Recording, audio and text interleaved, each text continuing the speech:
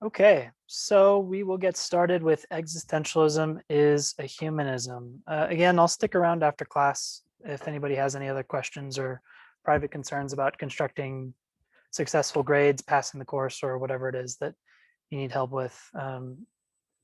Questions about content are great too. So we're finally on to Sartre, the father of existentialism. Who was Sartre? And how do you pronounce his name? If you need help, here's a helpful guide just below his very lovely picture. That's how you pronounce his name.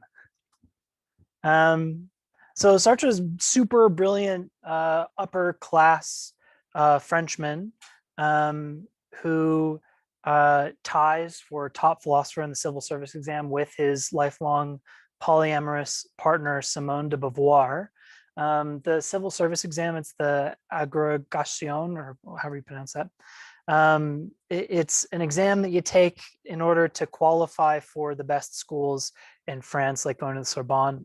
And Beauvoir and Sartre virtually tied. So Sartre just passed her, but it was his like second time taking it, and Beauvoir didn't actually take any college classes. I don't think she was allowed, or she just didn't have the like money to do it.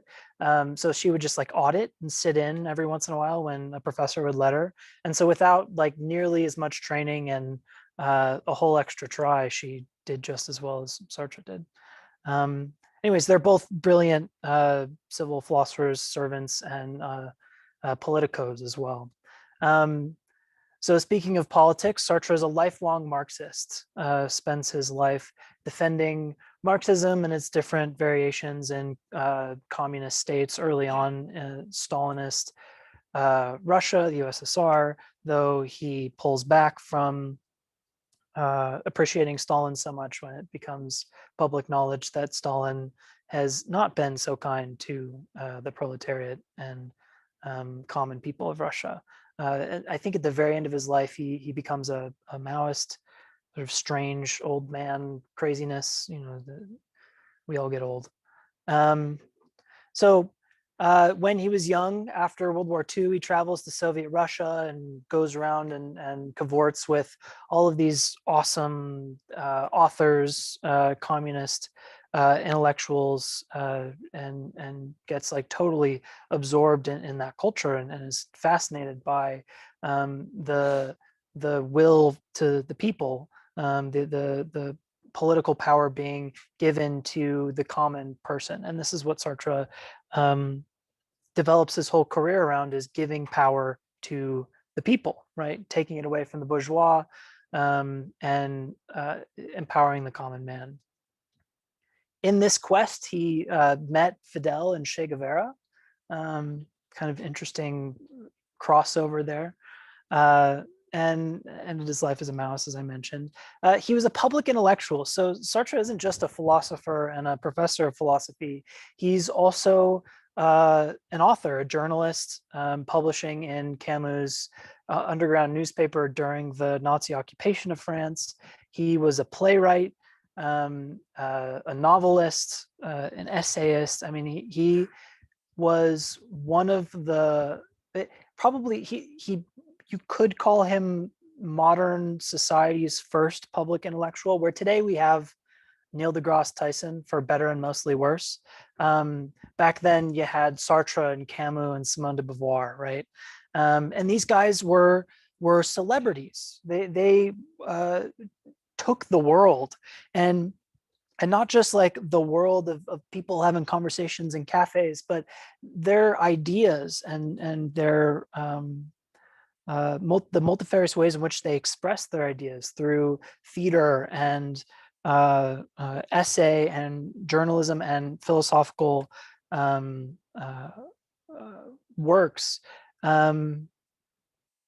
inspired a whole artistic movement, right? So you see these existentialist ideas, and by extension, similarly liberal and communist Marxist ideas as well, get expressed all over. Sartre is a huge inspiration for people like Derrida and Lacan and these like new wave psychoanalysts and their deconstructionist project.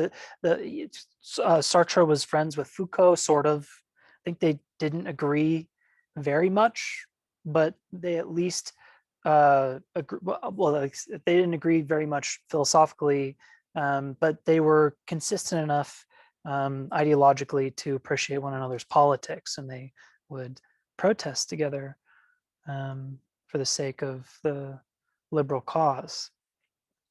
We could also say that Sartre is probably the proper father of existentialism, or existentialism proper, right? And one of the only existentialists to accept the moniker his life long. I think Beauvoir called herself an existentialist as well. Camus did not accept the moniker. He said, I'm not an existentialist, though he uses the term to express his ideas. What Sartre is doing in Existentialism as a Humanism, and throughout his career as like the existentialist, is something different from what Camus meant to do, though they are very much parallel projects. In 1965, I think it was, maybe 64, Sartre is offered the Nobel Prize for Literature and turns it down. And he says that he doesn't want to turn his work into an institution to make himself an institution. He would prefer to be, common or whatever, just like everybody else. So turns it down. During World War II, he was also a war prisoner. And as a young man, as a kid, he was bullied quite a lot. His left eye is blind and so would wander, and he was made fun of all the time. And I think his father died when he was very young too. All of the Nietzsche and Kierkegaard too, I think, was one of them. Camus, Sartre, all of these guys had their fathers die young. Interesting shared quality.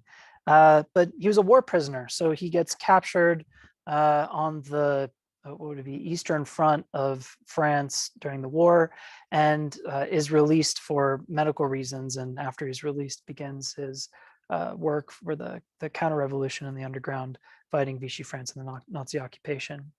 And his whole life long, he's a man of the people. He wasn't just writing from his ivory tower, sitting in his great big armchair. He fought for people. He went out into the streets and protested and made his voice loud to help people, to give people the right and power, the enfranchisement to express their own will and freedom and power, which is very much in alignment with the existentialist project that we'll see as developed in Existentialism as a Humanism. So he publishes this book in 1946. I think its original name was just Existentialism. And it's not actually so much a book as it is a lecture. It's a bunch of lecture notes. And I don't think he actually wrote it down. I think that it was a transcript of the lecture that he gave. And the call for the lecture was to express the existentialist ideas and principles to a public audience. So not to students in some lecture series.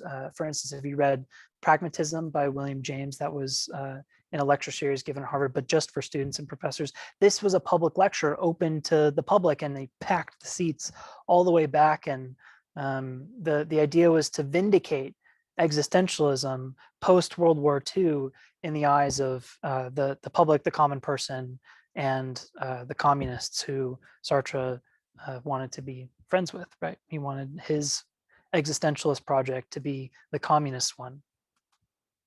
So here's some fun old pictures of Sartre with famous people. At the bottom, there's Che Guevara and Sartre and Beauvoir together. Top right is Sartre and Foucault. Foucault has the megaphone. Top left is Sartre and Jean-Luc Godard, the famous director who develops French New Wave film. My favorite of his is Breathless. No, Band Apart. Yeah, Band of Outsiders, Band Apart. That's my favorite Jean-Luc Godard. Breathless is really good too, but Band Apart's the best. On the bottom left, there's Camus playing with a dog while Sartre looks on at the camera. Of course, Camus is playing with a dog. And then Beauvoir and Sartre and all of these protesting, right? Just cool moments in public intellectual philosophical history. Okay, so how is existentialism is a humanism framed? The idea of the lecture, again, is to vindicate existentialism, to open up its ideas to the public. And what Sartre is doing from the outset is addressing two sets of objections. And I think I'm not sure if it's deliberate, but as I read this, I read a whole lot of Plato's Apology in this, because Plato's Apology is also defending himself against two sets of objections, some formal and the others informal, right? If you recall from the Apology. So there's a similar sort of apologetic structure, apologetic meaning like defense of, to existentialism is a humanism and Plato's life and philosophical method. If it was deliberate, I think it's really clever, and if not, then just convenient. So the first of these objections is that existentialism leads to quietism and despair, meaning that it leads to inaction, non-action, that by focusing on the absurd and on our thrownness, as Heidegger would say, our abandonness, our despair, anguish, anxiety, nausea, right? That so much focus on these negative features of existentialism and of human life through the lens of existentialism lead us to not overcoming suicide, but to maybe suicide itself, right? To becoming nihilistic, to not having a reason or an ability to act at all, just being sort of overcome by the sadness of it all. And we can see this being a particularly acute objection given Camus' publication of The Myth of Sisyphus, huge hit throughout France when it was published, just before Existentialism as Humanism comes out. And Camus' sad boy saying that there's one philosophical problem, and that's suicide, right? It's kind of dark and it's a little dreadful. And of course, it makes sense that you would think, well, geez, if that's the case, this living thing might just be really too much after all. Right. So this is one of the charges against the existentialists, and it's mostly levied by the communists, who are, politicos. These are people that want to take action. They want to fight the powers that be, the fascists at the time, particularly, right?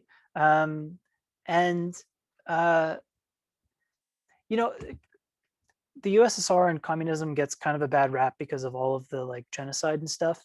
At least early on, they were for republicanism, for freedom, for personal expression, for the common person. And then as the political system develops, things totally go off the rails. So that, when we're using the word communist, especially in the French political society, it's far more the Marxist idealism than Leninism or Stalinism proper, which led to in the most heartfelt and light way you could possibly say this, the genocide and stuff.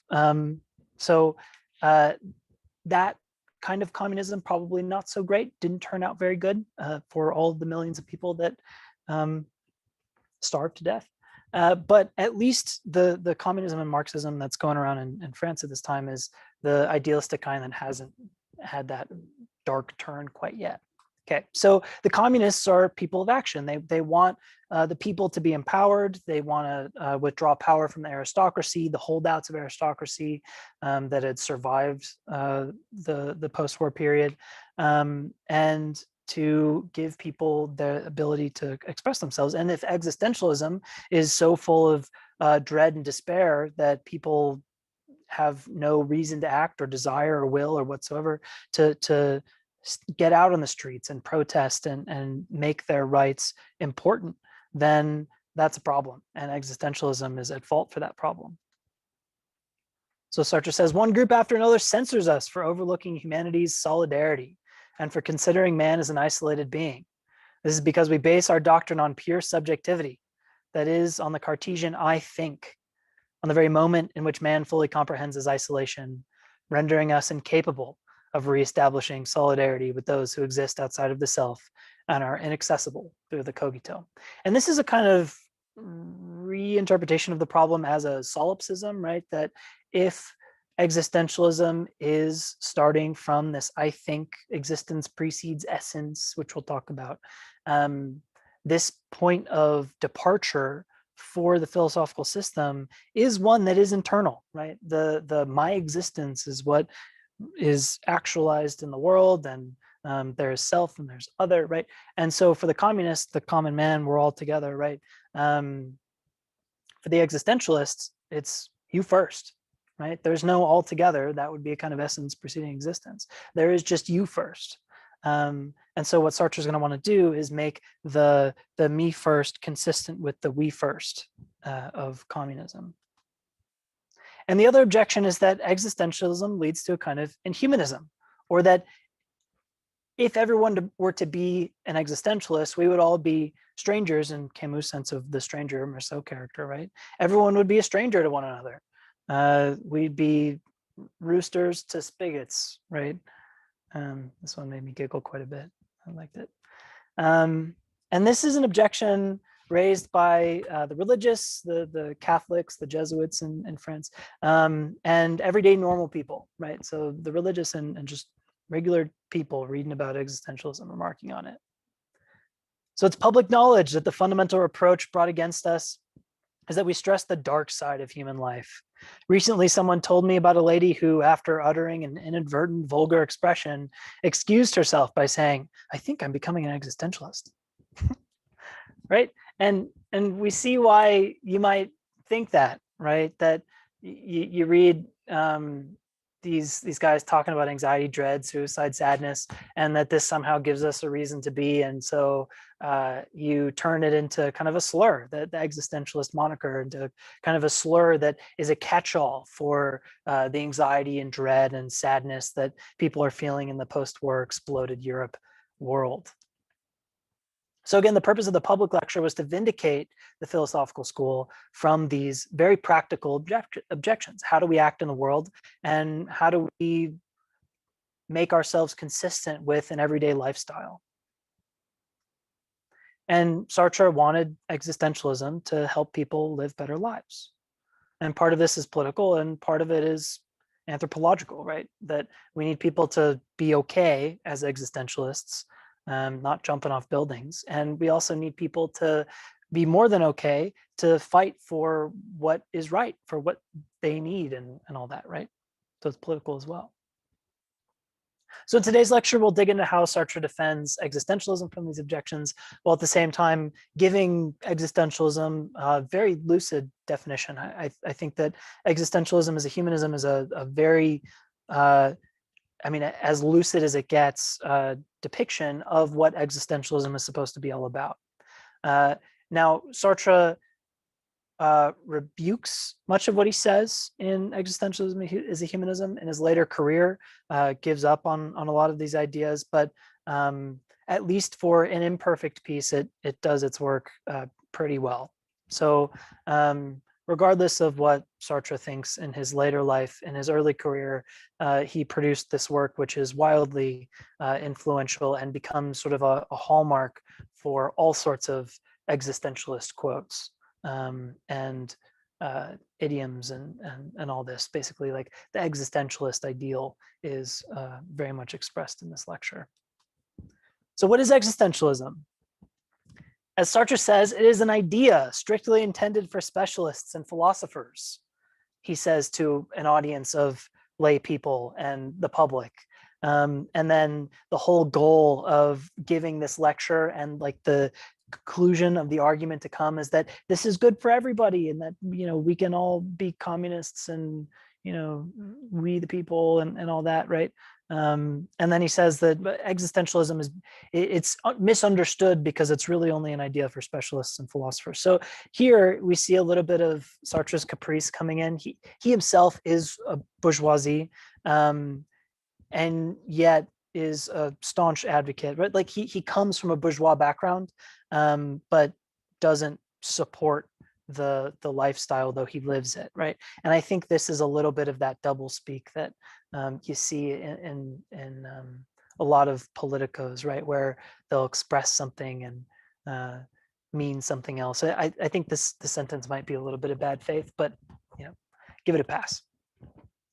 So of existentialists, there are the Christian sort and the atheist or agnostic, and I put a little asterisk there because as Sartre says at the end of this lecture, it doesn't matter whether or not God exists. It wouldn't make any difference to our project because it wouldn't make any difference to being, capital B, right, for being a person. So this might be a kind of strange agnosticism.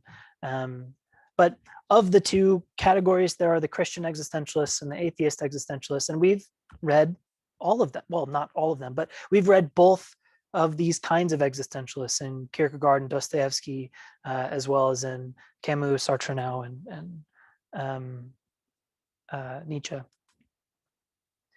All of these different kinds of existentialists may not share a belief in God or faith, but what they do share is the common idea that existence precedes essence. And so I've been using this phrase quite a lot throughout the summer session, and given it bits of explanation. Here we get the clearest, most straightforward definition from Sartre.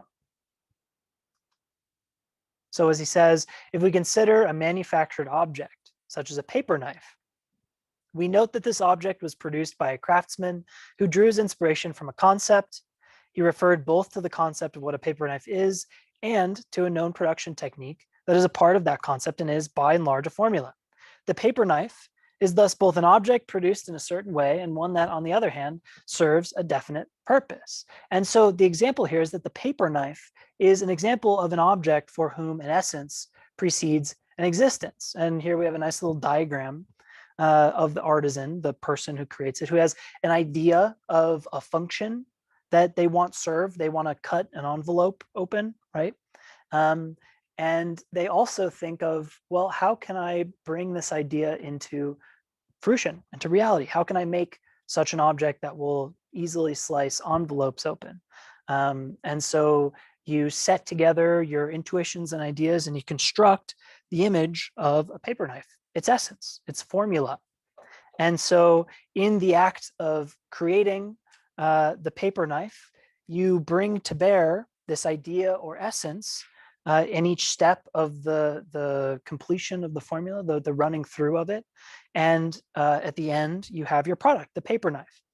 And this object deliberately created is there to slice open envelopes. So the question is, the conclusion is that the paper knife's essence precedes its existence. And it could not have come about without first having been an idea or purpose that manifests in the artisan's mind to create that reality, the object, to serve the purpose and fulfill the idea of carving open envelopes. So here's the question: is a human like a paper knife?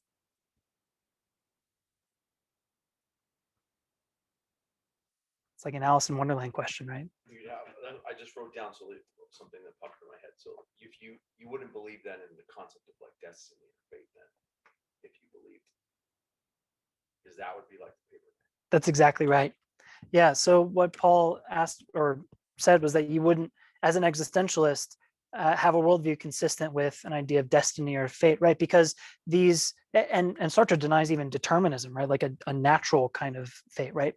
Necessitarianism, because existence precedes essence for the existentialist. This is like the baseline. This denies any possibility for there to be, or at least it invalidates the very idea of like a human nature, right? Or of a fate, a reason for which, a telos of like being human, a final end, that for the sake of which we are and we act. None of this is out there before we are. That it is only through our own existence that we determine the world, that we choose the world that we want to live in a way that would project such essences onto the world. and that's how we express our free will, which we'll get to. But there's no like there's no volcano that we throw the ring into, and that is all like written. If we're throwing rings in volcanoes, it's because we brought ourselves to the volcano, not because the fates were pulling those strings. Yeah. Did you have your hand up, Quentin? Yeah, so I was wondering, just along with that, so I'm guessing that doesn't contradict Camus' assertion in the myth of Sisyphus that we all have a fate, but instead that the fate that Camus was talking about is more of the human condition that Sartre talks about later in his lecture.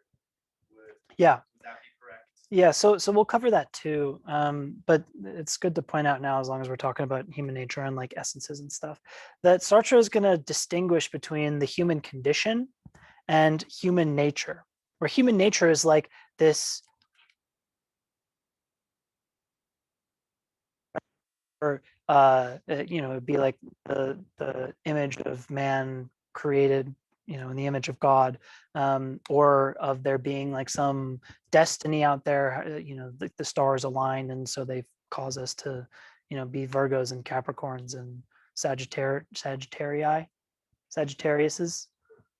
Like something we want to do versus something we're meant to do. Yeah, there's no such thing as meant to do, at least not in the sense of like strict causal force meant to.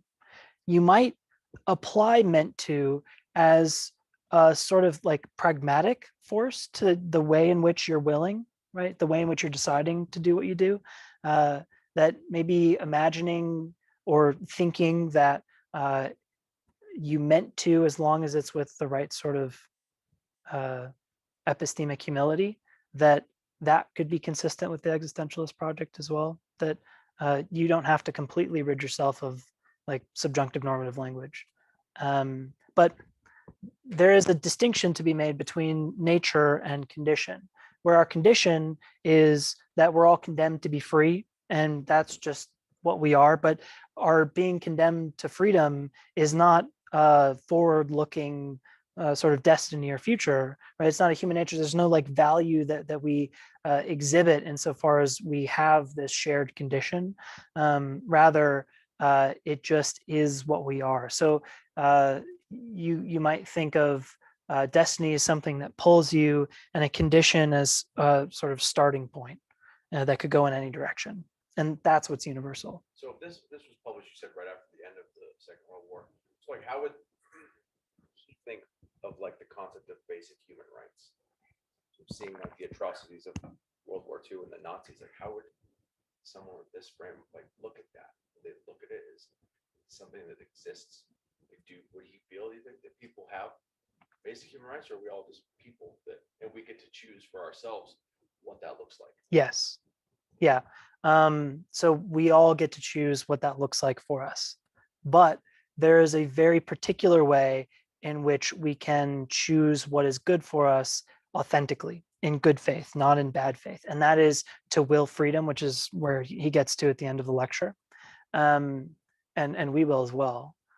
So it's good to, I suppose, preamble all this, because then it'll, click when we get there. You see yourself, but do that in conjunction with seeing someone else. Yeah, exactly. So the idea here is that existence preceding essence condemns us to be free, and it removes our ability to attribute responsibility for our actions to things like destiny or fate or God's will or whatever, right? It's all up to us. But the way that we do well together, not just capriciously deciding what we want to, is to will freedom. And this is where you get the overlap with communism, right? Where you don't get human rights because there is like human nature that we need to protect, but you get human rights because there's a condition that is not great, but we can make it work, right? And we can also break it. And that'll be at the very end of lecture that we get there. But this is all good. This all falls out of existence precedes essence, because this is the starting point for existentialism. So is a human like a paper knife? Theistic thinkers would say so, right? That man is created in the image of God, and even if not in like the image of, then at least it's preceded by the divine intellect, right? So in very much theistic philosophy, there's this idea of the divine will and the divine intellect being two different things, and some thinkers combine them. But the idea is that the divine intellect is just that which peers over, it's like the omniscience, and the divine will is the omnipotence, and we can separate these two powers. And it's only in separating the two powers that we can say that like God has a free will at all. This is Leibniz. But even if we're not created in the image of, then the divine intellect, insofar as it's omniscient, has the concept in, God's head.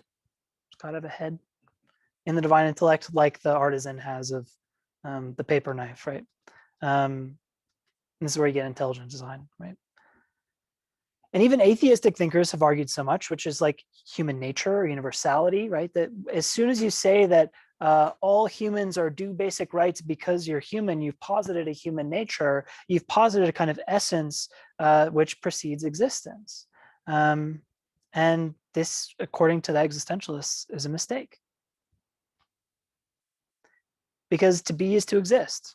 If God does not exist, there's at least one being in whom existence precedes essence, a being whose existence comes before its essence, a being who exists before he can be defined by any concept of it. And that being is man, or as Heidegger put it, the human reality.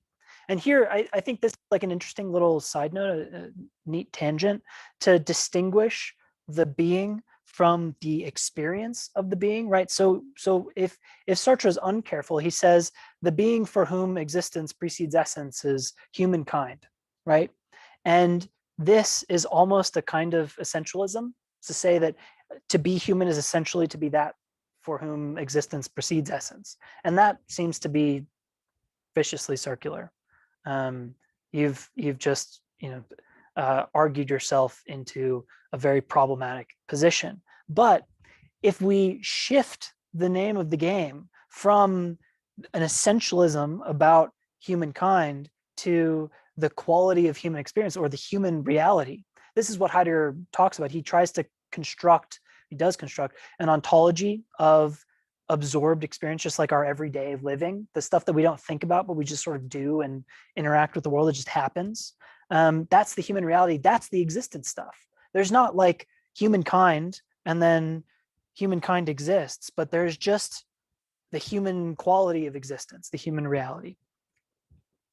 So to be is to exist, and existence we perceive. And in perceiving, we encounter ourselves, right? So there's existence. There's not a concept of self prior to existence. There just is the human reality that is currently, that my body is currently inhabiting. And through perception, I encounter myself. And this moment of encountering is an odd one and distinctly human. And if not distinctly human, then inspired by humanity often. Like I can think of like pets and stuff that, have a little bit of self-actualization, some strange anxiety from looking in a mirror or whatever. So when we encounter ourselves, we experience ourselves as existing and as being in two separate ways. And when we encounter ourselves, we also experience ourselves as a separate intellectual entity that reflectively looks down upon that existing being as such, right? So there is the reality of existence, and then there's this reflective stance that we take when we perceive the being whom we are that is existing, right?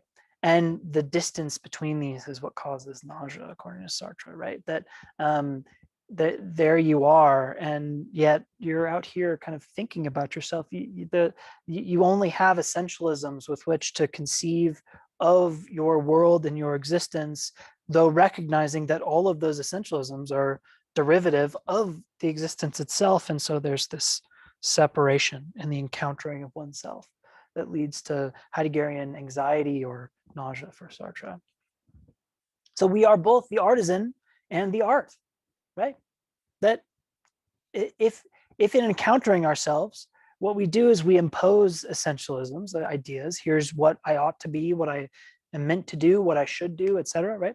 That we're directing ourselves, and yet in directing ourselves, we further the human reality from which we can derive these essentialisms to continue to move ourselves. So if man as existentialists conceive of him cannot be defined, it is because to begin with, he is nothing. He will not be anything until later, and then he will be what he makes of himself. Thus, there is no human nature, since there is no God to conceive of it. Man is not only that which he wills himself to be, and since he conceives of himself only after he exists, just as he wills himself to be after being thrown into existence, man is nothing other than what he makes of himself. This is the first principle of existentialism. Here we have existence preceding essence.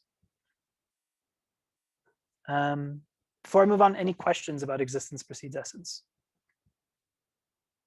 A quick one, hopefully. But you kind of alluded to this when you were talking about pets and such. When we think about the idea of evolution and us having descended from some other being that perhaps isn't aware of themselves, hasn't encountered themselves, does that mean, like, if Sartre accepts evolution, then he also believes that at some point there was a losing of essence preceding existence, and it swapped when there was this encounter of the self?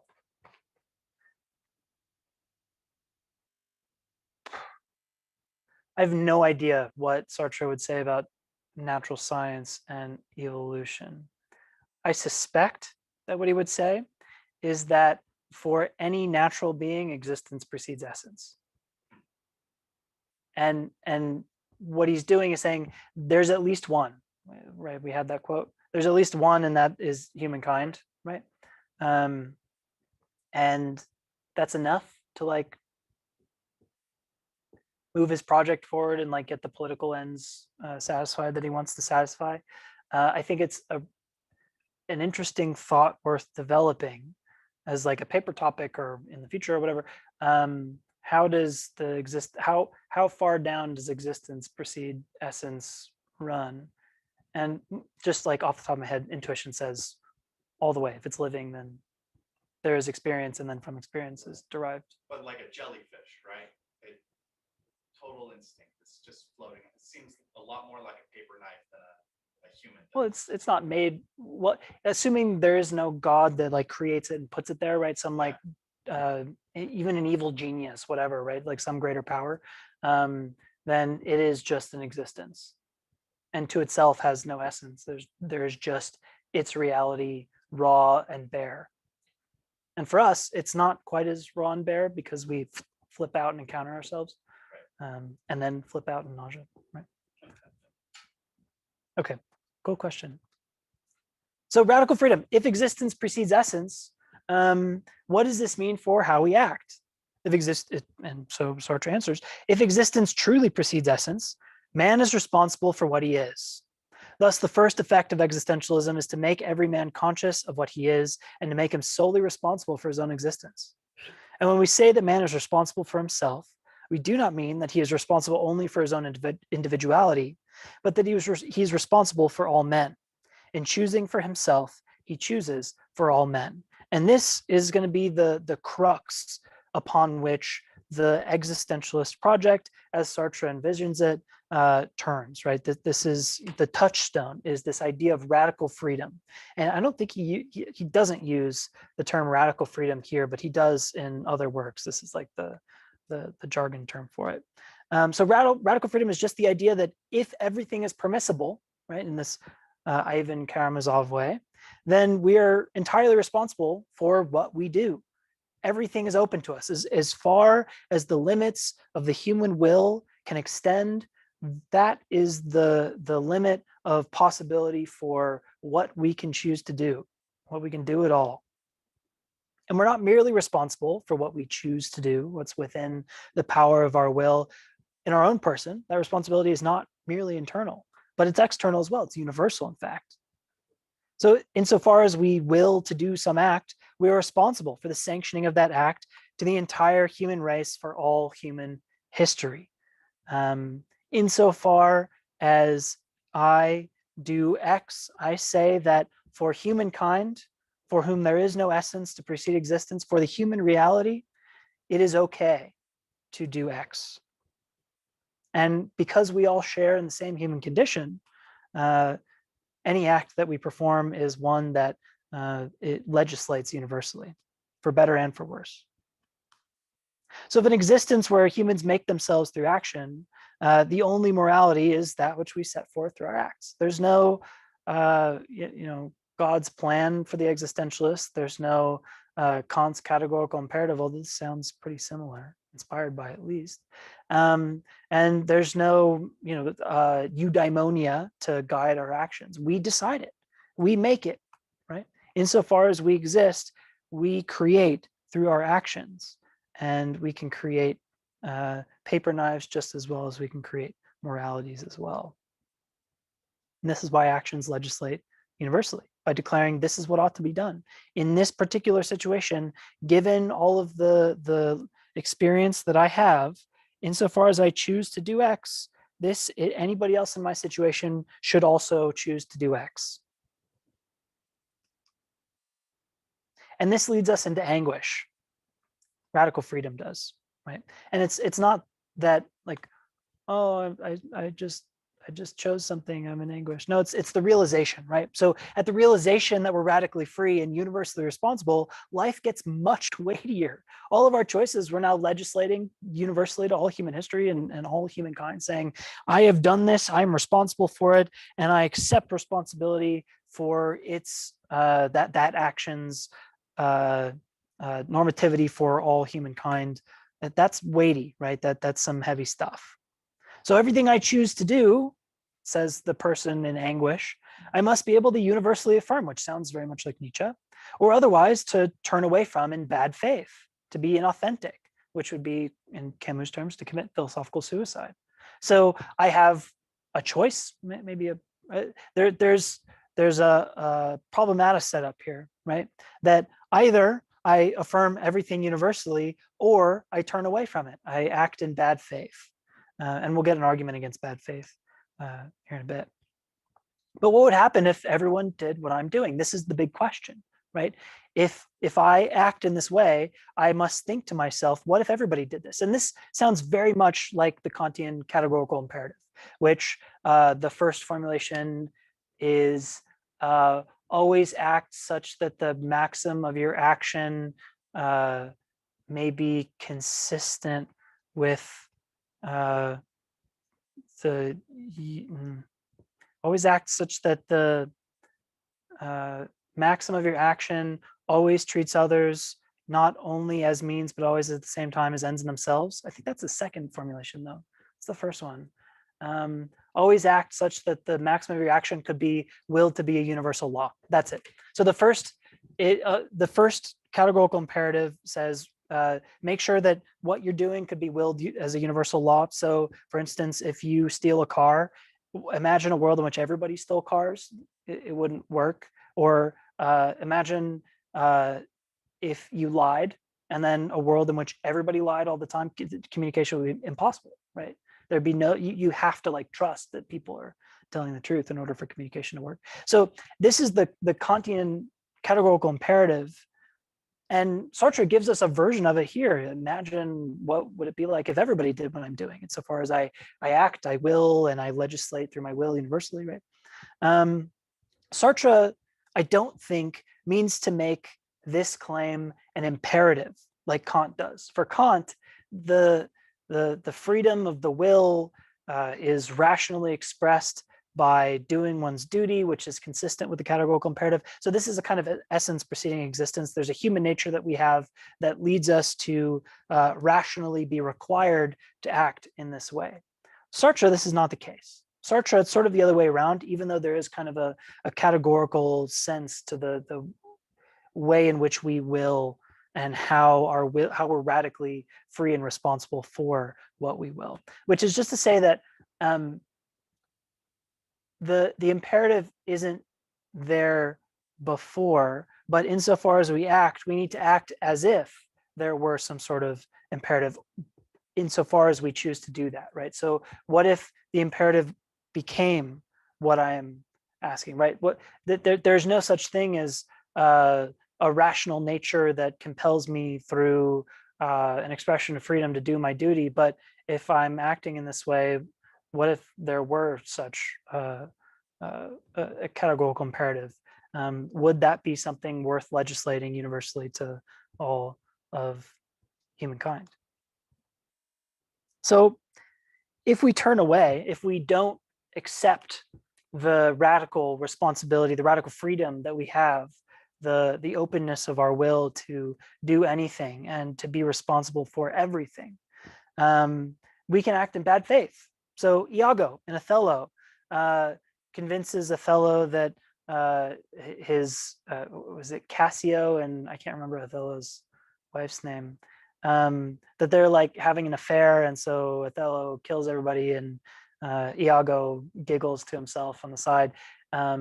Iago is a trickster and lying to Othello's face and playing the victim. Oh, woe is me, I'm so sad this is happening, when he wants all chaos to ensue, right?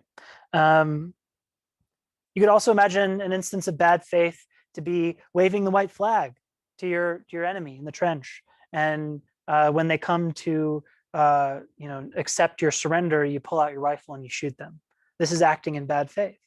And I gave the example in our very first lecture of Pierre, the cynic waiter, who treats you like the lovely customer, but absolutely hates the fact that you wore flip-flops into a 5-star Zagat-rated restaurant. Oop.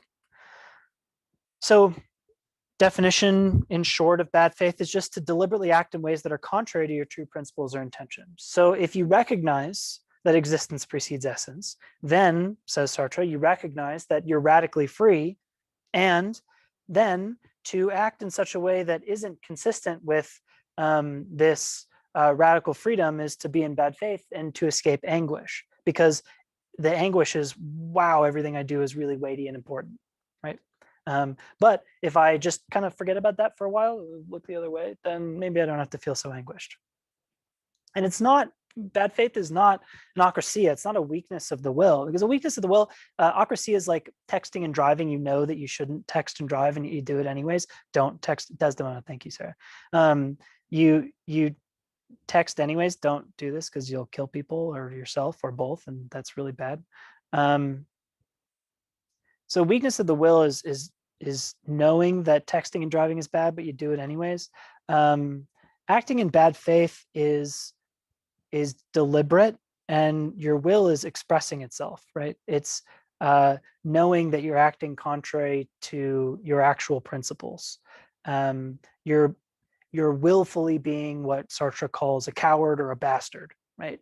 As opposed to the weakness of will, which you're not quite as responsible for. You're still responsible, but not quite in the same way as acting in bad faith. So for Abraham, for instance, the anguish is in deciding if the voice of the angel is real or if it actually communicates the will of God. You know, he's about to drop the knife into his son's chest, and an angel comes, but is that who he should listen to in this moment? Can he be turned away? And he has to decide, even with the will of God behind him, almost pushing the knife down. He has to be the one to decide, do I follow through, or do I accept the word of this, semi-divine creature and give up on the sacrifice? And that choice is one of anguish, right? It's one in which he is alone in deciding what to do next. There's no one telling him what to do. There's no reason for him to decide one way or another what's right or what's wrong. All he has is what he has in that moment, and decides to put down the knife. Turns out that was the right choice. But think of that painting from our lecture on the binding of Isaac, and the pain in Abraham's face. That's the anguish that he's experiencing in that moment. The anguish of the weightiness of his will and the requirement that he make a choice. Sarah. How do you distinguish the acrasia from the bad faith in light of like the butterfly effect kind of idea that I mean, I don't know, so many things that we do have such impacts on others or can be used by others if they take us as an example, and we're supposed to, through existentialism, really count on responsibility for people taking us as an example, right? And I mean, how do we not get carried away with the bad faith, acrasia, where everything becomes bad faith and the anguish becomes overwhelming, for instance? I think that there's probably cases to be made for overlaps in acrasia and bad faith, like the one that you're making here, though they are different concepts. So the reason I distinguish them is just to say that one is deliberately willful and the other is more like weakness of will, right? And I think there are ways in which we can deliberately be weak to our will, right? Where we can just say, I'm going to be lazy, I don't care, when you really actually do care, right? And so there's not a strict distinction to be made, just like, the concepts do come apart. So maybe as you become aware, like as you like awaken to certain things, then you're responsible, it becomes more of a point of bad faith. For instance, if somebody wasn't aware of something and it might be acrasia, I don't know, so I'm saying that right. And then once they become aware of it, then it's a matter of bad faith whether they choose to look away or not, because it's based on your awareness. That kind of. Yeah, so absolutely. So there's a distinction to be made between ignorance and meta-ignorance, right? Where ignorance is you had every reason to know that, people of different skin colors are all still people, and we live in a world where, you can't just be a product of your times anymore. And yet you're still a prejudiced asshole, right? A bastard. And then there's meta-ignorance, where you didn't have any of those social tools and lessons just sort of presently available to you everywhere. Say, like, you grew up in a tub underground or something, and then you came up above ground and you had all sorts of strange, weird views, but you didn't have the tools to know like what was right and what was wrong and what was good or what was bad. This is meta ignorance, right? And so you might say that the things for which you're ignorant, you are acting in bad faith when you act in prejudice out of ignorance, but it's not quite bad faith when you're acting out of prejudice in meta ignorance, because it's not like really pernicious prejudice, or it may not even be prejudice at all, because aren't prejudice and ignorance still based on some kind of uniform worth value, which doesn't really apply to this? Yeah. I mean, to call someone prejudiced or ignorant, it's based on something that is deemed to be a universal truth, which wouldn't exist. Yeah, and so you get like the Camus quote that's consistent with this idea, right? That everyone is equal in the absurd. That the tables are completely level. And again, this is an idea consistent with a Marxism or a communism, where the tables are politically level as well, not just at the level of human condition, but at the level of like human reality in a political world with one another. And yeah, so there's bad faith in our political world as well, when we act with prejudice, saying that some of us are better than others of us.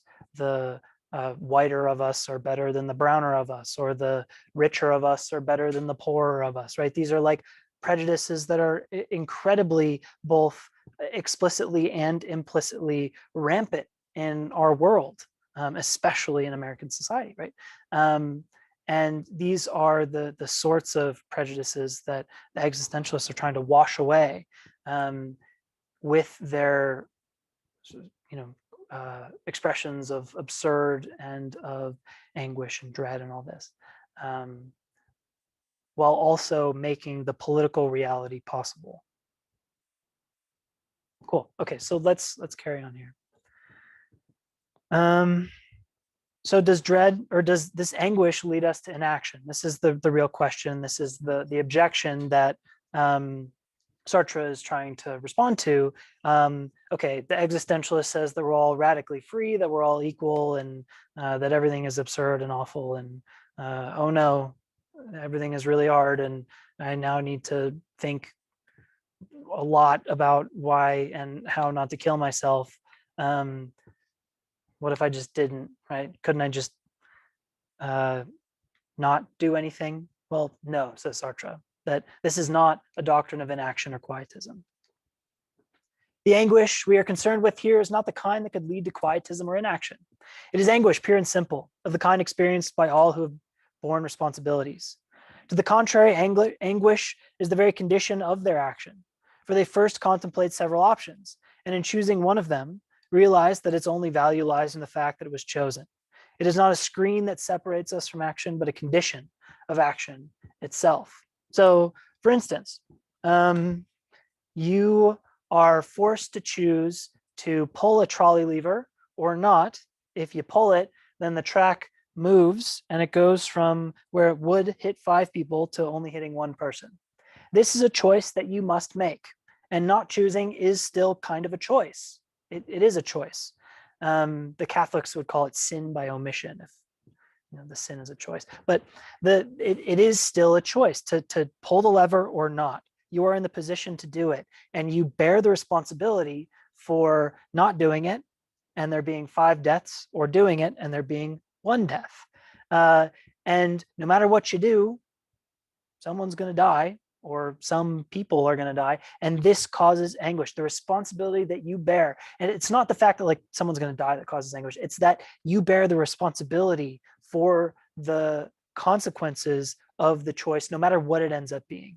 This is the anguish. The fact that like sometimes people die from our choices, that like, or bad things happen or whatever, this comes later, right? This is like the 3rd consequence of existentialism. But for now, it's just the fact that we bear the responsibility of the consequences of our choice or of our not choosing, which is itself a kind of choice, that leads us into anguish.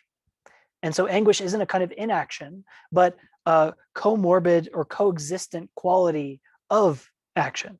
And to say that the anguish of responsibility leads us to inaction is a mistake, right? It's to say that it leads you to a position that is impossible for the existentialist, because all there is to do is to act. And if this is the case, then the next consequence is abandonment. If God does not exist, man is consequently abandoned, for he cannot find anything to rely on within or without, right? Existence precedes essence, and at first we are nothing until we encounter ourselves. There are no excuses, says Sartre. Unforgiving. We will encounter no values or orders that can legitimize our conduct. We are left alone and without excuse. That is what I mean when I say that man is condemned to be free. Condemned because he did not create himself, yet nonetheless free because once cast into the world, he is responsible for everything he does. We are abandoned. There's no rhyme or reason before us to tell us why or what we should do. We got to make that all up ourselves. And that abandonment doesn't feel so good. So here's an example that he gives of abandonment and of anguish too. One of Sartre's students is made to choose between joining the Free French forces in Britain, or trying to. It was tough to get across enemy lines and through France and across the Channel, right? It's a whole odyssey doing it. Or taking care of his mother. His country is under Nazi control, right? His father and brother are dead, and he's all his mother has. Should he try to join the French forces and leave his mother to die of grief? Because surely if he leaves, then she'll suffer and die alone. Or should he protect his future, his ideals, and his country at the cost of his family? Does he choose the riskier and less effective single body in an army for the sake of these higher principles? Or does he choose the closer at home, smaller gain, the lesser good, but the more immediate one, the one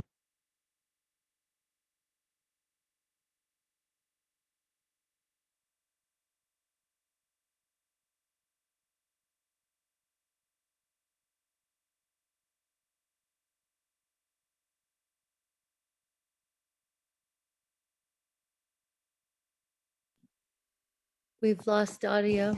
Hello? Hello? Oh, We can hear you now. After you said the more immediate one, it went out.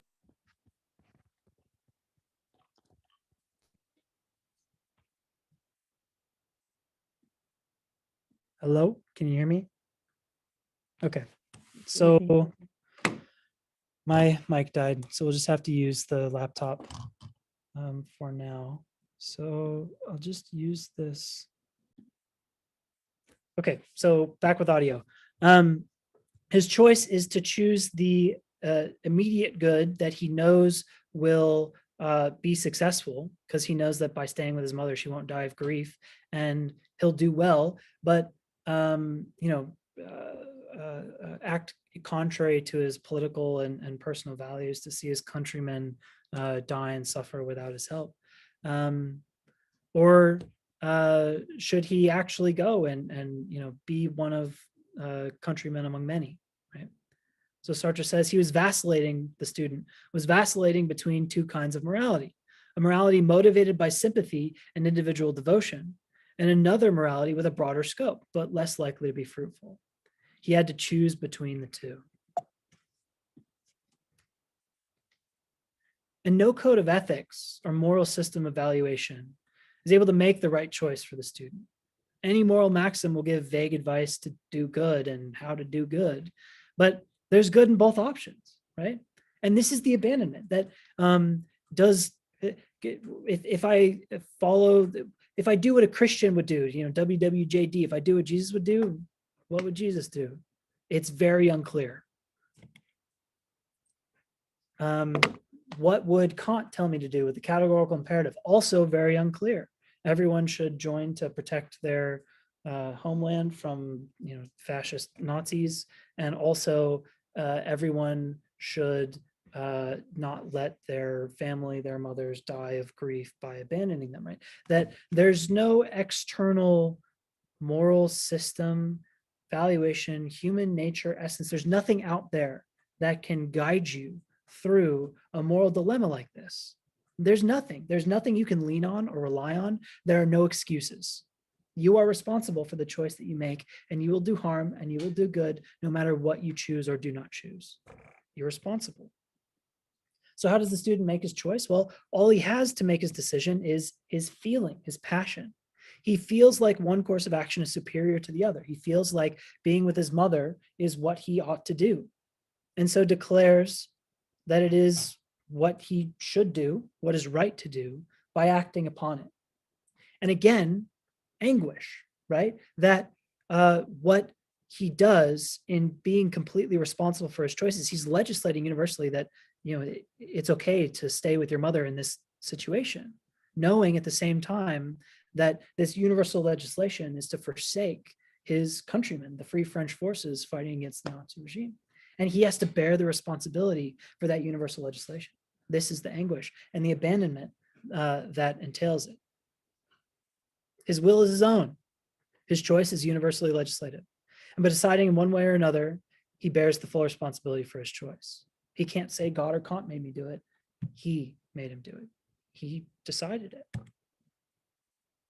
So here's what I was thinking as I was reading this. What do you guys think? Is passion, right? This like intuition, feeling, whatever it is that all that compels our actions?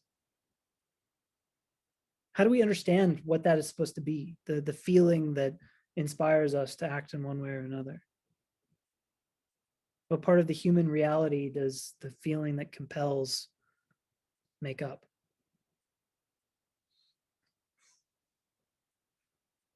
So what we want to do, like our desires, basically. Yeah. Yeah. I mean, you could reason just as well as passion, and you could reason with either one and find either more reasonable instead of passion to decide. I think he mentions that where he talks about logic versus, I'm not sure if he uses passion or what he says, but I mean, I don't think it's all that compels our actions is passion. You can use other tools, but like you said, I mean, none of them are complete, and that's just something you have to live with. bear the responsibility for the incompleteness of our tools that help us decide. Now, Sartre does object to using of other tools, like with the Abraham thing. He says, how do you know that you're you? How do you know that the voice in your head, like if you're schizoaffective, right, and you have a voice speaking to you, how do you tell the difference between that and another voice? Right. And how do you know that you're not actually a prophet of God, right? Because you may very well be, and it's up to something at bottom to make the choice one way or another that the voice is real or is not.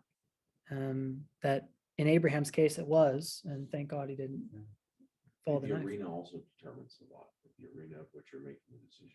The arena in which you're making the decision. Yeah, What do like you a mean? business decision, for example, if you are running a business and you have to fire someone, Mhm. it's not a decision that feels good. And you know the ripple effects it's gonna have on their financial well-being, their family, lots of different things, but that's why the phrase, it's not personal, it's business, because you have to put the needs of this over the needs of the individual. That's not an emotion or a passionate decision at all. I mean, that's like completely logical.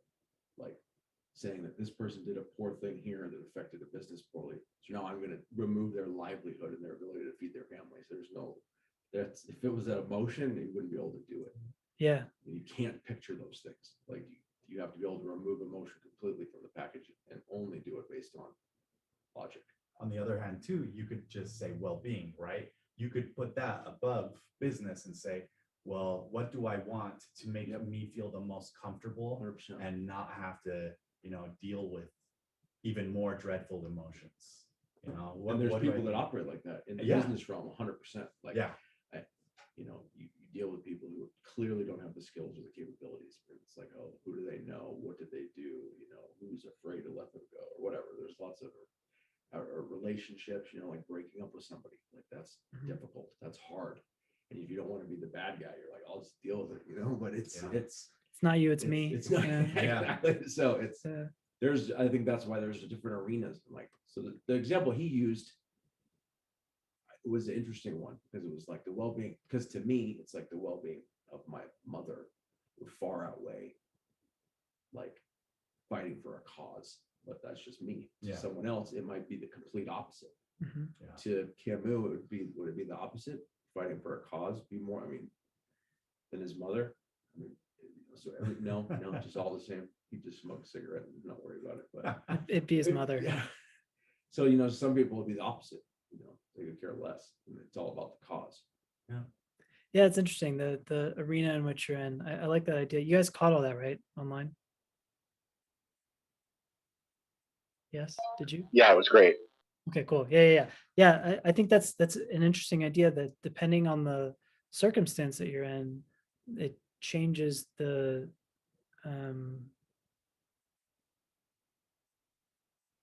moving principle of your will, or at least how the will is moved. So what I'm thinking right now is like, is it possible to make this idea of like feeling consistent with the it's not you, it's me, that it's just business kind of thing? And I think maybe, but it is gonna look strange. So for instance, you could say that, well, should I fire this person or not? Ends up coming down to a feeling too. You just don't treat it passionately, the act, right? The feeling is just that my business is going to fail if I don't do this, and so I feel like I need to. And you can reason your way all the way to the point where there's no other choice, but then that final moment of will is one of feeling, maybe. I think it also speaks to the human condition versus human nature, because if it was human nature, we should theoretically all feel the same way. Mhm. Whereas we don't. Like we Yeah. all have different beliefs of what we're passionate about, what we attach value to. Ideals. Yeah, our ideals, our worths, things of that nature. Where if there was a human nature, and I think you see that a lot today, is there's people that believe that we should all feel the same about certain things, and we clearly don't. And so that's where people, you have a lot of headbutting over that. But I think it proves the point, is that the power of the human condition versus the nature. Cool. May Sarah, I I saw your hand up. Yeah, just I like what was just said about the human condition versus human nature, just thinking that the body of your life experience, of your lived experience, that can become an informative kind of body of work where I can see just the body of your life experience, maybe choosing the mother, for instance, over the cause. You're making a choice for what is more individual and particular in your contribution rather than what is more general. Mhm. And the body of your life experience might, I mean, the individuality is an important feature, I think, of what's important to a person and what they have to contribute. And maybe, no one else is going to take care of his mother. Whereas other people, although he could have made either choice, other people could potentially serve in that cause. But if everyone abandons their mothers when you're the one person who could care for them, maybe part of your life experience with these relationships and the people who come in your path, maybe part of your value might be in being very particular about what you can offer rather than just making yourself a universal example to all. I don't know, I think the individuality part is important, and there's something to be said for your particular contribution you can make that's specific to you, that's unique. Like maybe So- Picasso could have been a good mechanic, but he also could have only maybe he could only have been Picasso with The big example in philosophy is Gauguin, who like abandons his family to go become a famous painter, right? Is it Gauguin? I think so. Oh, Greco? I think it's Gauguin, who he abandons his family to become a famous painter, and like makes really famous works of art. So was it worth it? Leaving his wife and few kids to live impoverished. But I think what you're bringing up is another interesting point, similar to the "it's just business" or "it's not you, it's me." But the how did you phrase it? The sum of our life experiences. What I was thinking there was, you might be right that there's like a snowball effect in what we do and how we live our lives, and it's not so much ourselves that moves the force in the direction that it does as it is the like rolled weight and momentum of the groove that we've been rolling in, right? The snowball halfway down a our hill. environment too, because if you're in an environment that attaches values to certain things, Yeah. like if I grow up in a family that is really about family, he grows up in a family that's not, and he's not going to probably choose the mother route, whereas I would. Yeah. Because we don't have, I grew up with that importance. You Right. see it a lot with like our society, like American society versus other cultures, like other countries. Like we treat it differently. You saw it during COVID, like other ethnic groups have multi the older relatives live within the same, like in Italy. Yes. COVID first started, their numbers were so high because it was multi-generational households. America's not like that. And so like they have different family values over there than we do. And so all these choices would go different ways. So I wonder if from this idea that we've been talking about, that the sum of our life experiences can kind of create our ideals or our preferences in a certain moment, if maybe from that we could get Camus' ethic of quantity, that if we are living more life, then we have a better idea of what our values should be, Well, a better what's the word, like knowledge base to pull from. Yeah. Totally. Yeah, and it maybe with a wider quantity of experience, you don't have such a directive force leading you like in one way, that you can be a little more sensitive. So this is all really interesting, and I like the thought of it, especially how it's consistent with Camus, because these two are, they end up being inconsistent, but at least they're like working in parallel quite early on.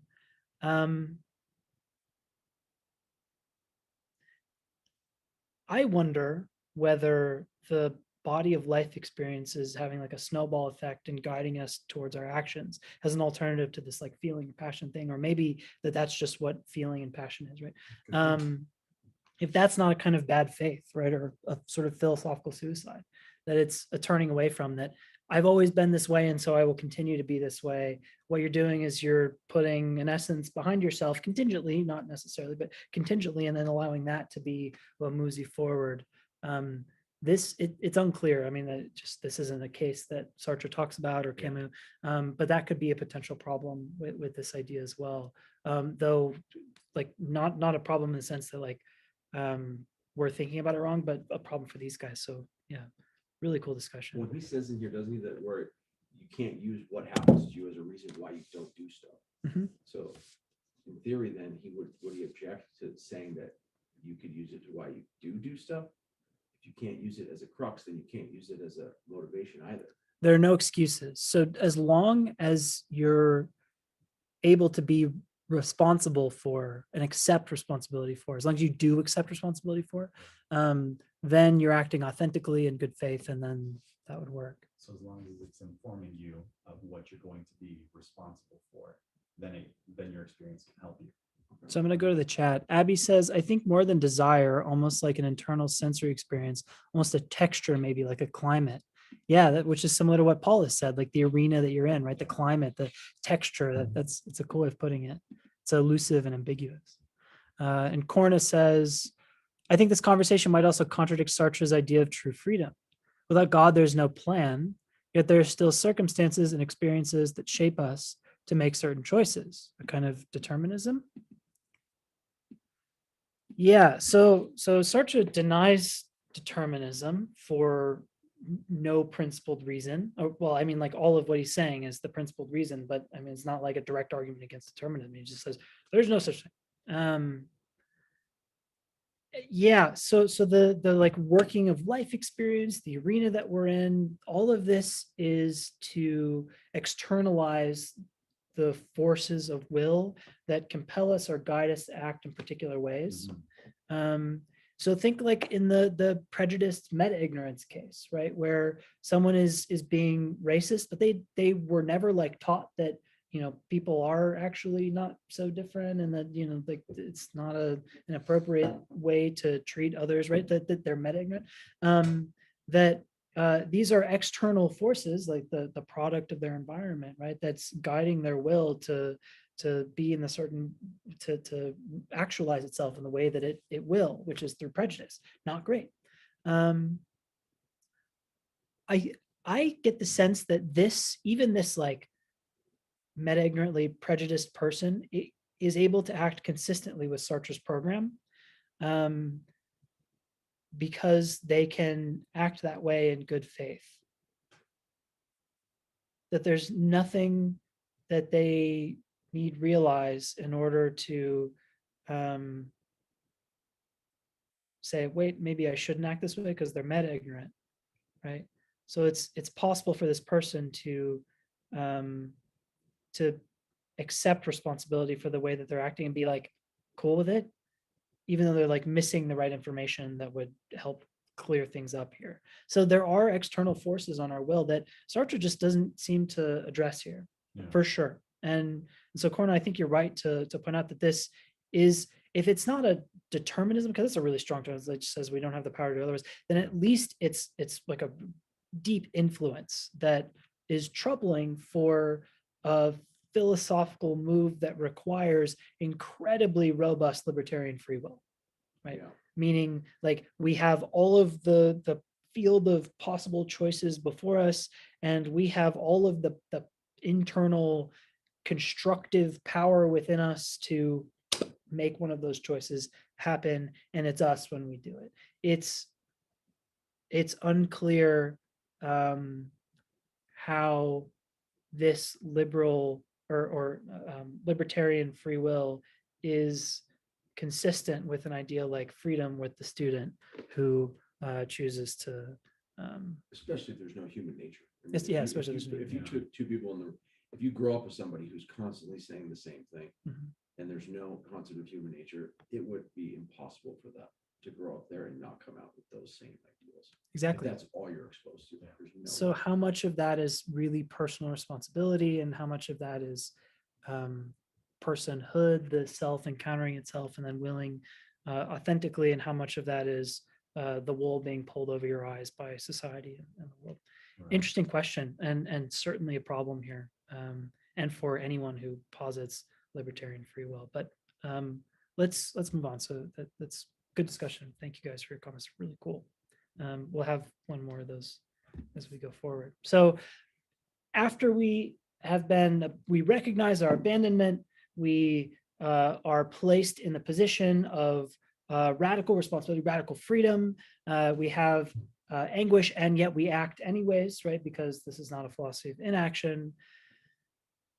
We recognize that man is nothing other than his own project. He exists only to the extent that he realizes himself. Therefore, he is nothing more than the sum of his actions, nothing more than his life. And so maybe in these cases where we recognize that we can only be the sum of our actions, and those actions may not be entirely ours, and they're probably not always going to be successful, we fall into despair. This is what despair is. Despair is to recognize that all of life is choice and a matter of probability. What we think is good or what we think is bad is influenced by the world we're a part of, that we're brought up in, and what we decide to do may not always turn out the good that we hope it will. For all of our best intentions, we can still fail. For all the best laid plans of mice and men, right? Go awry. In a life, a man commits himself and draws his own portrait, outside of which there's nothing. But we don't always get to control the paint that we're given or the canvas upon which the portrait is to be wrote. In light of all this, Sartre says, what people reproach us for, existentialists, is not essentially our pessimism, but the sternness of our optimism. There are no excuses. So act, be free, be yourself, be you, just do you. And you get, I get it. I get the sternness of optimism looking a lot like a kind of cynicism or a kind of pessimism, but only from a weakened or impoverished, uncharitable perspective. From the perspective of the existentialists, they're not being cynics. They are actually sternly optimistic. And they accept the despair that comes with the failure inherent in the necessity, the condemnation, right? We're condemned to be free, the condemnation to make free choices, and in the proclivity of those free choices to go poorly for us.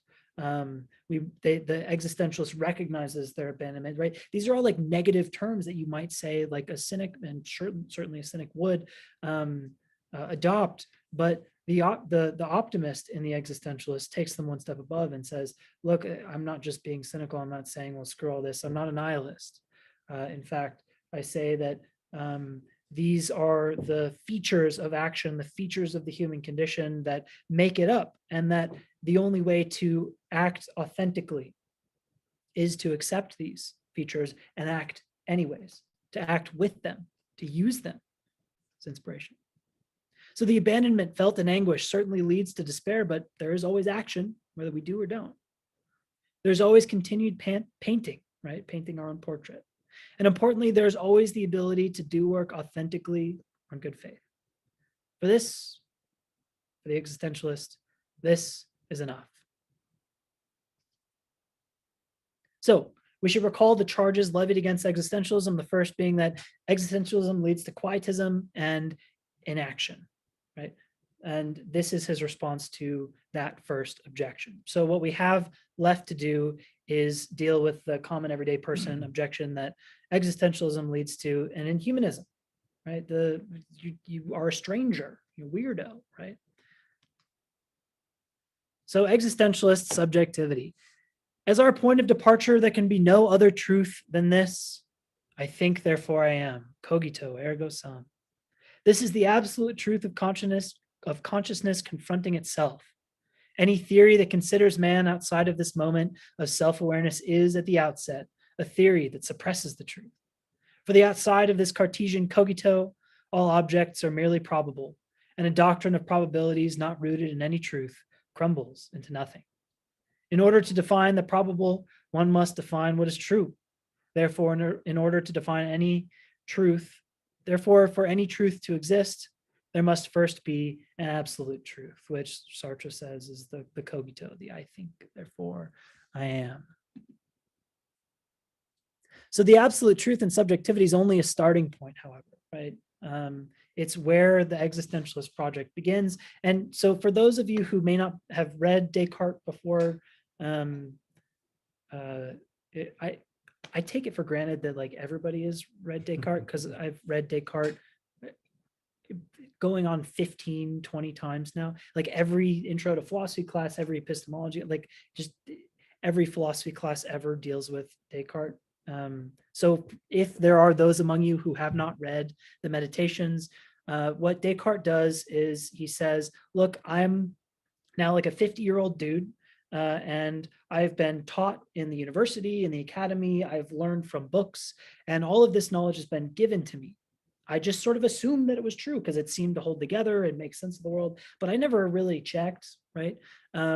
So what if I get rid of all that? What if I want to like only have true actual knowledge, like truth with a capital T? What if this is what I want? Then I can't just read a book and trust it. I need to come up with this knowledge for myself. And so he begins the project of the Meditations. He sits in his armchair by the fire. It's a beautiful read. It's lovely.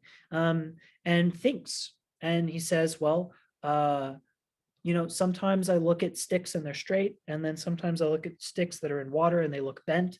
So I certainly can't trust my senses to give me knowledge, like truth with a capital T, because they're wrong sometimes. They can deceive me. Okay, so if I want knowledge or truth with a capital T, I can't just perceive the world. So what if I just have this like sense of reality, this a priori kind of like, this is real, like that's a table, that's thick and solid. Well, sometimes that can be pointed out too. I can be deceived about this is solid. My claim may not be true with a capital T because I could be dreaming, right? I could be having a very realistic dream, which people do have, like incredibly lucid, realistic dreams, where you wake up and think, I just had today, right? I've had these dreams where I wake up and think to myself, well, damn it, I just like showered and got dressed and was like walking out the door and now I got to do it all over again.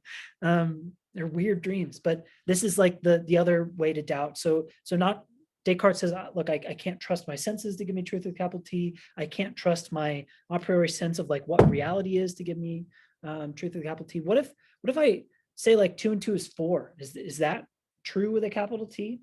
Well, I require my mind to process this calculation, and I could be mind controlled by an evil genius, someone who has all this power to make me think what I want to think or don't want to think. This evil genius could flick around the switches in my brain and make me think that 2 and 2 is 4 when really it's 5. So even my like a priori mathematical knowledge isn't true with a capital T, or at least I can't yet verify it as such. So what's left? And Descartes says, I feel as if I'm halfway swirling through a whirlpool where I can't touch the bottom, nor can I reach the top for air at this moment in the Meditations. It's a really cool moment.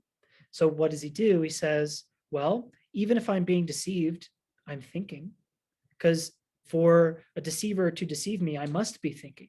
Therefore, I am, right? And this is the cogito. And from the cogito, Descartes offers an epistemic principle. It's like the natural light of illumination that shines upon certain ideas when they are consistent with an ontological proof for God's existence that is consistent with all of mechanical science's proofs and experiments and stuff. And so he can get all of his knowledge back that he got rid of in the first place. So that's Descartes' cogito. The I think moment, though, where you're in this whirlpool where you can't like breathe and you can't touch the ground, this is also the starting moment of existentialism. This is where Sartre is saying the subjective moment of our project begins here with if existence precedes essence, the moment that you encounter that existence, your existence, is the moment of the cogito for Descartes.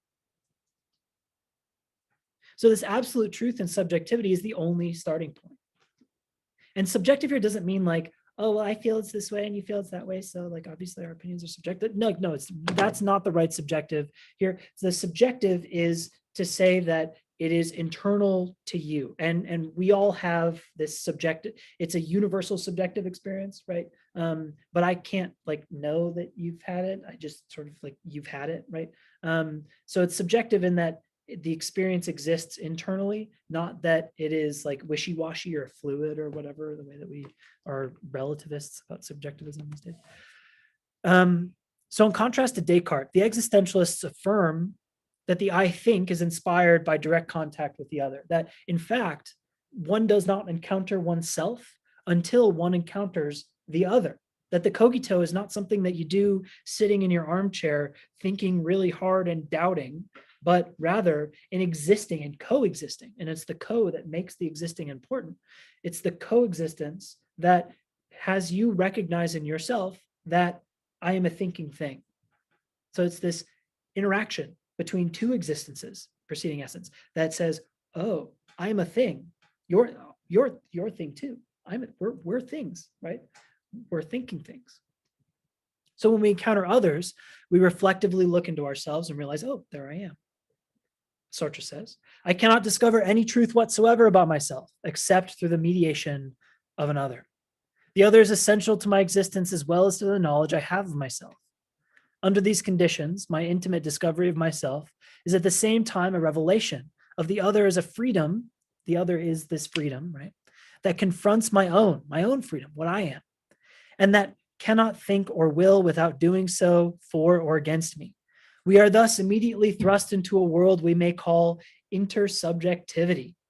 It is in this world that man decides what he is and what others are. So is the alternate materialist view of the other unnatural and in bad faith? So when I say the materialist view here, this is again like another sort of place to have a discussion. As I was reading this and like constructing the lecture, I was thinking to myself, why, right? Like there's not really an argument for this. This is sort of like a naturalistic claim. It's the way things go. The alternative view of the other is a solipsistic one, right? A materialist one is to say, well, I think I am, but you're just an object for me to use, abuse, be around, whatever, you're a figment of my imagination, right? Is Sartre right in saying that at our encountering another, we encounter a freedom, and we're not really just encountering some material thing, that people that we encounter are existences in themselves and not only essences through our own existence? Or do you agree with Sartre that to encounter another is to encounter oneself in reflection? Well, isn't he suggesting that we're encountering the other as a kind of thou, like Martin Buber says in I and Thou, that we're encountering the other as in good faith as a thou, not as an object, not as a foil for our own exactly. realization. Yeah. So this is a cool point. I wish we had time to read I and Thou. It's a really neat book. But what Buber says in I and Thou is that you can say you or you can say thou. It's sort of antiquated. And if not antiquated, then just not a part of the English language. So in Spanish, there's tú and usted, right?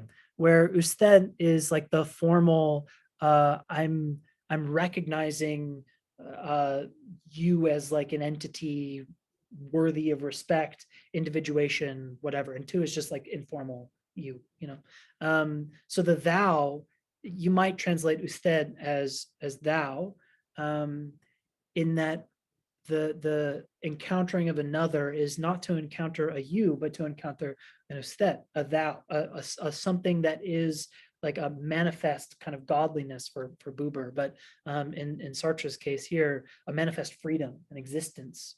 So that's totally what Sartre is getting at, Sarah. Zachary asks, subjective, kind of like you taste something, but someone else does. No. So that's the subjective that it's not. So the fact that we taste things is subjective, right? We all have experiences of flavor, and I can't like objectively measure that fact that you're having an experience of flavor, but we all have right? It's subjective in that semi-objective sense. Okay, so does anybody else have thoughts, comments here about encountering the other, and if Sartre is actually right in saying that when we encounter the other, we encounter, as Sarah mentions, the thou, right?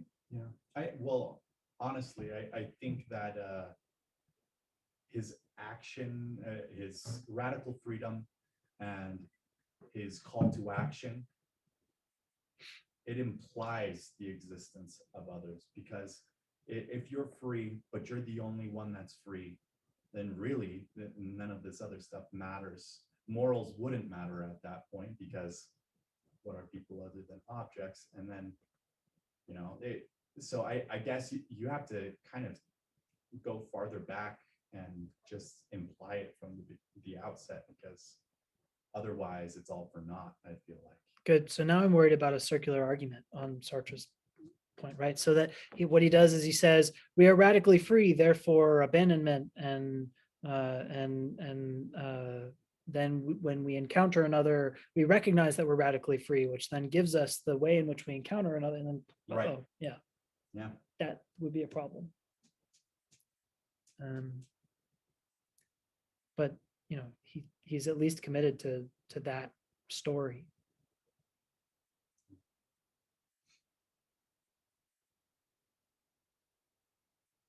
Any other thoughts? Oh, Scott. Yeah, I guess I wanted to even broaden out the concept of seeing yourself in the other, which is that, you know, there are a lot of different meditative practices and such, and contemplative practices where you conceptualize yourself as a part of a system and see yourself in the space that you're in the air that you're breathing, in, you know, whatever you happen to be around, and that it's not just encountering other people that you can have that experience with, but it's literally anything. Yeah, it's cool. So one thing about the existentialist project is like it's very individualistic. It's the I think I am, right? And strongly so, sternly so. And so having a more holistic sense of self, I'm not entirely sure is very consistent with the existentialist project. But having the experience of other with not just another human being, but with like a system or environment of like an organized whole is an interesting thought. And I think it's totally right that you do have that experience. And this is like what Kant would call the sublime, is seeing this kind of expression in a natural organized system, a system of nature. The question is, do we treat that system of nature as equally free and radically responsible as humankind? Seems a little strange, but not inconsistent, which is why it's so strange. So interesting thought there. Another thought real quick. Sure. I was just thinking that wouldn't the fact that your existence being contingent on your parents also like confirm the existence of others in the existential sense, since they lived and you are contingent on them, you're kind of a continuation, so there must be others. I don't know how you could get existence without The other, your parents or, you know, the progenitors. yeah, there is at least one being for whom existence precedes essence. We may not be purely that being in a particular individual sense. Right. Humankind for sure, but in a particular sense, we're all contingent. Yeah. Dallas, I would find it hard to believe in my own existence if there was nothing or nobody else to confirm my existence. How would you know if you existed if nobody was able to confirm it? That's exactly right. That this is what Sartre is trying to get from us. So that this is a really good point, right? That it's only insofar as we encounter another. If you are like a feral human on an island, you never need to interpret yourself as individuated being. You only exist as a part of the world in which you are. And if that has no other reflective encountering beings with which to, really no other, then yeah, you don't get the I think. And that this is why Sartre is going to eventually say that existentialism is a humanism, because it connects us. It is this existentialist perspective that gives us humanity in an authentic way. So although it is impossible to find in every man a universal essence that could be said to comprise human nature, there is nonetheless a universal human condition. Man's fundamental situation in the universe, in this sense, human universality exists, but it is not a given. It is in perpetual construction. In choosing myself, I construct universality.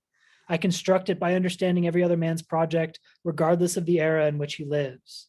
The fundamental aim of existentialism is to reveal the link between the absolute character of the free commitment by which every man realizes himself in realizing a type of humanity, and the relativity of the cultural ensemble that may result from such a choice.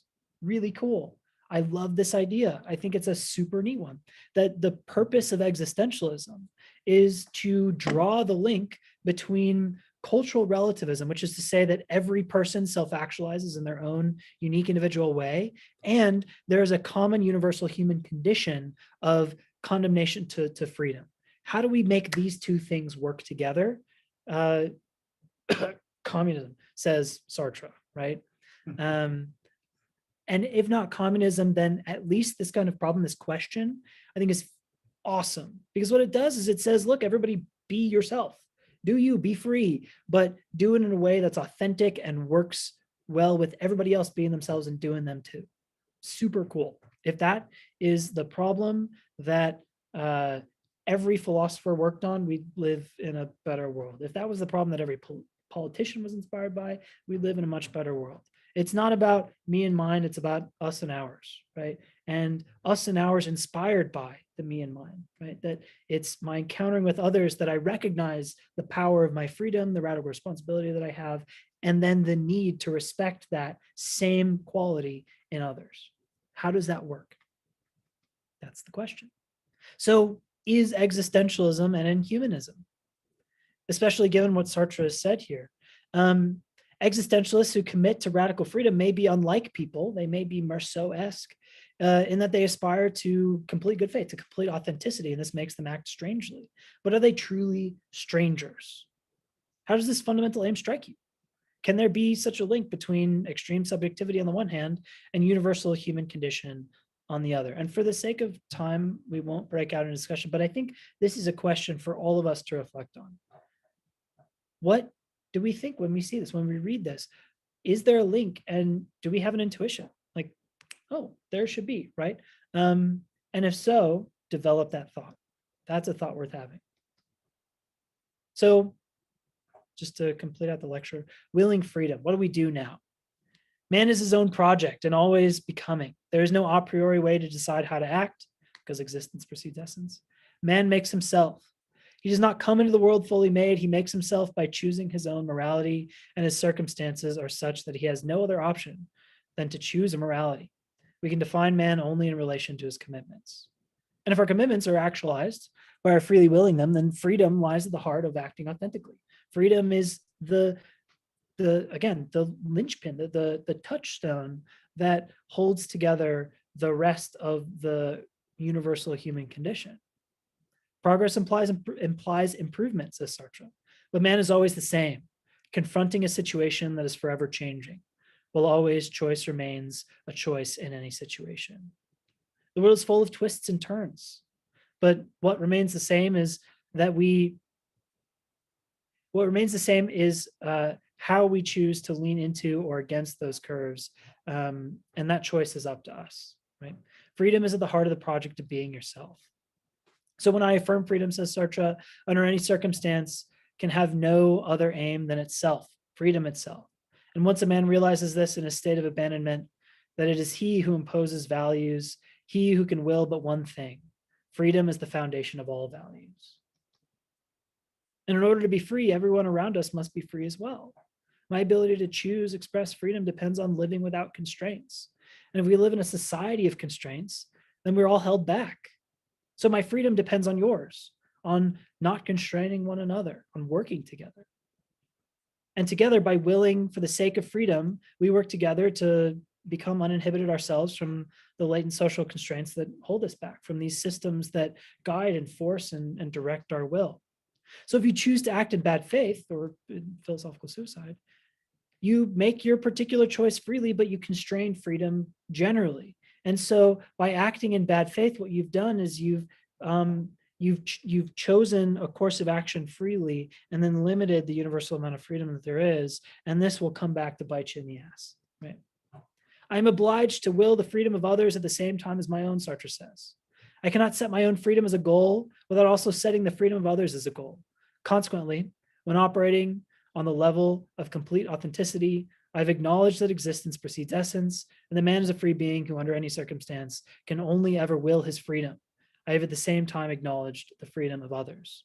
So who is the sort of person, just as a hypothetical, and I have an idea in mind, I'm being a little ironic here, who's the sort of person who makes themselves as free and as powerfully free as they possibly can at the cost of everybody else's freedom?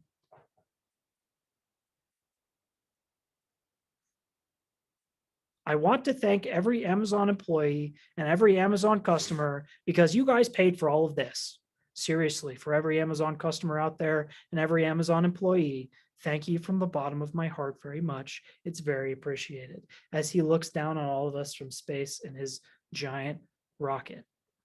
What a guy, right? Who this is the quintessential example of bad faith. Jeff Bezos, the capitalist oligarch who controls all of the wealth and power that they want, he could end poverty like that, but he chooses to go to space and then says, hey, thanks for paying for all that, you weak little customers, right? Yeah. What's happening here is, in order to exert and express the complete extent of a person's freedom, they absorb and diminish so many others. This is acting in bad faith. This is the sort of person that Sartre is saying, yeah, this is problematic, right? This is the sort of person that next week Beauvoir is going to rail against. She's going to say, look, the bourgeoisie manager who says, I'm just, looking out for me and mine, is really acting in bad faith when they say this, because they are not acting in a way that is consistent with freedom universally, though it is consistent with their own freedom. And this is the bad faith. This is where the wires cross, right? I don't see that exactly that way. No? Isn't he the person that is making the most of his life by his own means? At what cost? But all at the cost of, the people that you're referencing that are impoverished or whatever, like based on the principles in here, that's of their own doing. And they could have risen up. They could have chosen to not work for him. They could have chosen a better path or the different path. Like that's painting those people as victims, which this does not assert. Sure. So there are still power structures, which is where this doesn't get us the political. This only makes existentialism consistent with a political message. Beauvoir will give the power structure argument in the Ethics of Ambiguity. So, and I agree with you. I think he sucks, but yeah. So, but this you're right. This is a good objection for sure. The idea is that we can, by acting in bad faith, you can act in a way that sets up a system. What you've done is you've universally validated a way of acting that diminishes our ability to be authentic, our ability to be free overall, right? Hitler, great example, right? Most powerful man in the world for a time, and did it on the back of genocide, right? And what does genocide do is it gives him a whole lot of power to be as free as he wants and removes the freedom of He says he cares about Bezos, for this example, says he cares about workers while actively, union busting behind the scenes. That's right. Or lobbying in DC for certain anti-worker policies. So that's the definition of bad faith. Creating a system of work that has people working 12 hours in mindless ways. I've written an article on this in in two places. One is in a Chilean magazine, and another is in this magazine called Global Voices on Amazon warehouse workers and digital automation work generally, and how it's harmful to us. And yeah, I mean, this is a guy who is a supervillain for sure. He is like Lex Luthor wearing a cowboy hat, and this is bad faith, right? This is the sort of person that this sort of person would be analog to the aristocrat of Sartre's time that is inspiring his Marxism, his very radical Marxism. Well, I mean, just think like, I think the bad faith especially comes in at having a giant rocket be your passion project, right? So, I mean, he has the freedom to choose to amplify other people's freedom, all these workers. And instead of doing that, instead of investing back into his employees, he invested in himself, into just blowing up money. And then says, yo, hey, Yeah, thanks thank for you. that. Yeah. Yeah. I couldn't believe that quote when that quote was like, Yeah. I mean, it just shows it is the theater of the absurd, right? Just like right before our eyes. This guy has no idea. Isn't it? No idea. I bet he has no idea. I bet he wouldn't even get close to being able to guess how much it costs the average person to do laundry. Right? No, not about this, but when you're talking about the communism, you were talking about like the early form of communism, but not like Stalin and Lenin. So is it? I'm not an expert by any means or on communism, but it wouldn't be a lot of the communism of today either, right? Because those nations like China and North Korea, like they don't have choices, they don't have freedoms. They're told how things are going to be. Yeah. So that's it's a whole different morphing of communism, right? More of a dictatorship versus. Yeah. So communism is a bad word in America nowadays because of our political disagreements with, say, like the USSR and stuff. But it's important to distinguish for this reason, the bad word reason, communism from, say, like something like Marxism. And then even in like today's intellectual climate, Marxism has similar, it's been loaded with all sorts of debate for decades that causes it to be something that it's not. At this point, Marxism is pretty freshly what it was. It was like the debate was just starting, right? And so what Marx says is, hey, you're so many more than your managers. Why do you get paid so much less? Why is there such an inequality of wealth? Do something about it. Class differences is the true evil, basically, right? Redistribution, things like that. Yeah. It's the excess value that the people are sucking in the capitalist system. They don't have to. And in bad faith. And we'll see this in much greater detail through the ethics of ambiguity. Yeah. Beauvoir does a really good job of expressing these arguments. So finally, existentialism is a humanism.